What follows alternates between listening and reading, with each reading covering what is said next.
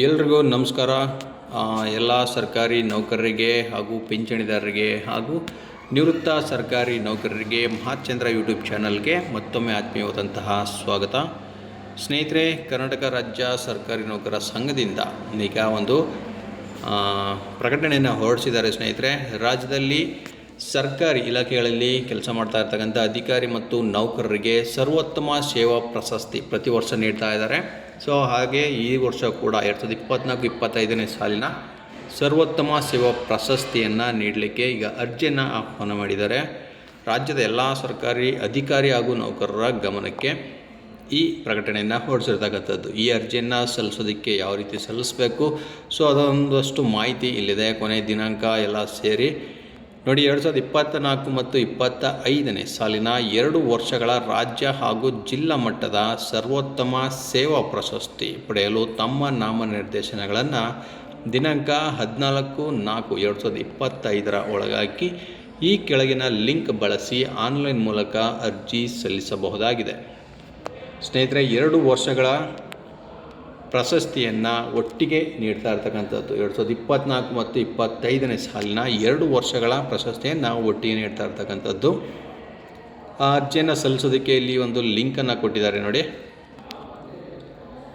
ಸರ್ವೋತ್ತಮ awards.karnataka.gov.in. ಈ ಲಿಂಕ್ನಲ್ಲಿ ನೀವು ಓಪನ್ ಮಾಡಿದ್ರೆ ಗೂಗಲ್ ಸರ್ಚ್ ಬಾಕ್ಸ್ ಅಥವಾ ಕ್ರೋಮ್ ಸರ್ಚ್ ಬಾಕ್ಸ್ನಲ್ಲಿ ನೀವು ಈ ರೀತಿ ಟೈಪ್ ಮಾಡಿದ್ರೆ ನಿಮಗೆ ಒಂದು ವೆಬ್ಸೈಟ್ ಓಪನ್ ಆಗುತ್ತೆ. ಅದರಲ್ಲಿ ನೋಡಿ, ಆನ್ಲೈನ್ ಅರ್ಜಿ ಸಲ್ಲಿಸಲು ಕನ್ನಡ ಹಾಗೂ ಇಂಗ್ಲೀಷ್ ಭಾಷೆಯನ್ನು ಬಳಸಬಹುದಾಗಿದ್ದು, ಕನ್ನಡದಲ್ಲಿ ಸಲ್ಲಿಸಲು ನುಡಿ 6.0ನ ಬಳಸಬೇಕಾಗತ್ತೆ. ಈ ಆವೃತ್ತಿಯನ್ನು ಮಾತ್ರ ಬಳಸಬೇಕಾಗತ್ತೆ. ಯೂನಿಕೋಡ್ ಆಗಿರ್ಬೋದು, ಅದೆಲ್ಲ ಯಾವುದು ಯೂಸ್ ಆಗಲ್ಲ ಇಲ್ಲಿ. ಸೊ ನುಡಿ 6.0 ಮಾತ್ರ ಅಲ್ಲಿ ವರ್ಕ್ ಆಗ್ತಕ್ಕಂಥದ್ದು. ಕನ್ನಡ ಟೈಪಿಂಗ್ ನುಡಿ 6.0 ಗೊತ್ತಿರೋರು ಮಾತ್ರ ಕನ್ನಡದಲ್ಲಿ ಅರ್ಜಿಯನ್ನು ಸಲ್ಲಿಸಿ, ಇಲ್ಲಾಂದರೆ ಇಂಗ್ಲೀಷಲ್ಲಿ ಕೂಡ ಅರ್ಜಿಯನ್ನು ಸಲ್ಲಿಸ್ಬೋದು. 2024 ಹಾಗೂ 25ನೇ ಸಾಲಿನ ಪ್ರಶಸ್ತಿಗಳಿಗಾಗಿ ಪ್ರತ್ಯೇಕವಾಗಿ ಅರ್ಜಿಯನ್ನು ಸಲ್ಲಿಸಬೇಕಾಗತ್ತೆ. ಅದನ್ನು ಕೂಡ ಇಲ್ಲಿ ಕೊಟ್ಟಿದ್ದಾರೆ ನೋಡಿ.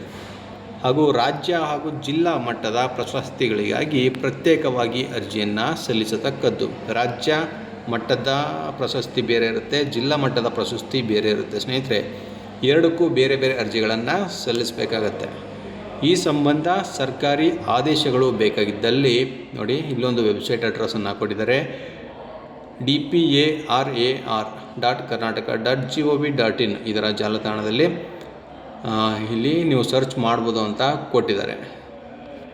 ಸೊ ತಾಂತ್ರಿಕ ತೊಂದರೆ ಏನಾದರೂ ಕಂಡು ಬಂದಲ್ಲಿ ಒಂದು ಹೆಲ್ಪ್ಲೈನ್ ನಂಬರ್ನು ಕೂಡ ಕೊಟ್ಟಿದ್ದಾರೆ. ಈ ಸಂಖ್ಯೆಗೆ ನೀವು ಕಾಂಟ್ಯಾಕ್ಟ್ ಮಾಡಬಹುದು. ಸೊ 14ನೇ ತಾರೀಕು ತನಕ ಕೊನೆ ದಿನಾಂಕ. ಸರ್ವೋತ್ತಮ ನೌಕರರು ಯಾರಿದ್ದಾರೆ ಅವರಿಗೆ ಈ ಅವಾರ್ಡನ್ನು ನೀಡಲಾಗುತ್ತೆ. ಅರ್ಜಿಯನ್ನು ಸಲ್ಲಿಸಿ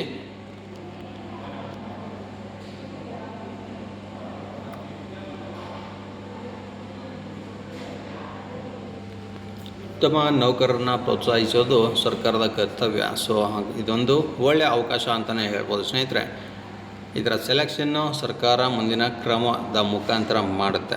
ಸೊ ಇದಿಷ್ಟು ಇವತ್ತಿನ ಮಾಹಿತಿ ಸ್ನೇಹಿತರೆ. ಮತ್ತಷ್ಟು ಮಾಹಿತಿ ಜೊತೆಗೆ ನಾನು ನಿಮ್ಮನ್ನು ಭೇಟಿ ಮಾಡ್ತೇನೆ. ನಮಸ್ಕಾರ.